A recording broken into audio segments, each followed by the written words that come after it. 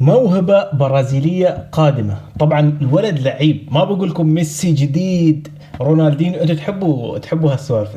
موضوع ميسي جديد هذا الاعلام يموت عليها، ولكن الولد بصراحة لعيب، والله لعيب.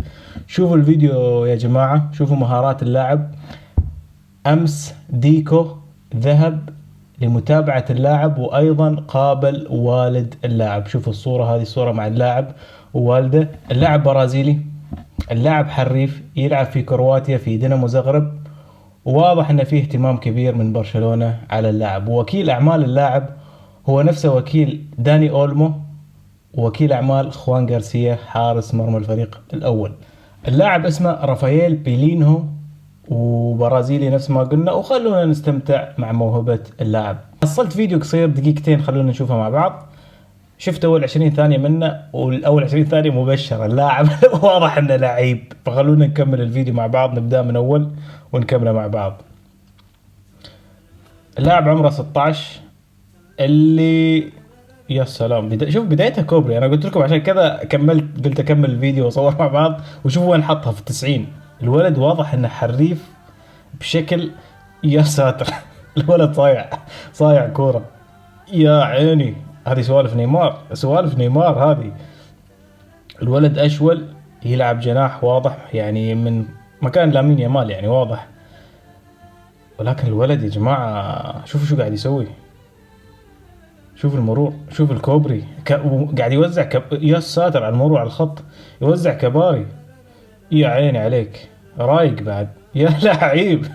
لا والله لعيب لعيب لعيب لعيب. عطنا كوبري هنا بعد. لا والله مر، مش كوبري بس مر، مر من الثاني.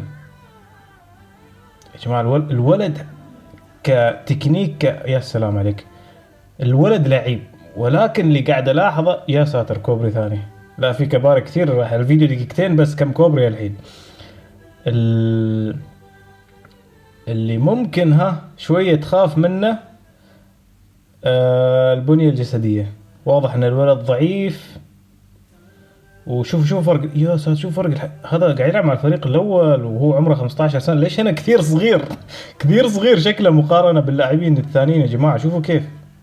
لا هنا واضح انه يلعب مع لعيبة اكبر منه، واضح. هنا حتى هذا قاعد يلعب مع لعيبة كبار. يا ساتر حتى هنا يا جماعة فرق الحجم مش طبيعي. إذا هو بنيته الجسمانية ضعيفة صعب يكون يعني يلعب في التوب ليفل. أنا أتمنى إنه هو حين قاعد يعني بعمر ال 15 أو 4، في فيديوهات طبعا قديمة، هذا شكله قديم شوي يمكن عمر 15 14. إذا هو قاعد يلعب مع لعيبة أكبر منه بتفهم الموضوع، يعني أكبر منه بثلاث سنوات مثلا، سنتين، إنه أكبر منه في الحجم. ولكن إذا قاعد يلعب مع لعيبة بعمره وهم أكبر منه بهذه الطريقة، فالموضوع يعني يثير القلق نفس ما يقول. لأن خلاص خلص الفيديو. لأن في الكرة، في كرة القدم الحديثة، البنية الجسمانية من أهم العوامل إنك تقدر تلعب في الليفل العالي. انتوا شو رايكم في الموهبة؟ الولد واضح إنه لعيب. أعطونا رايكم.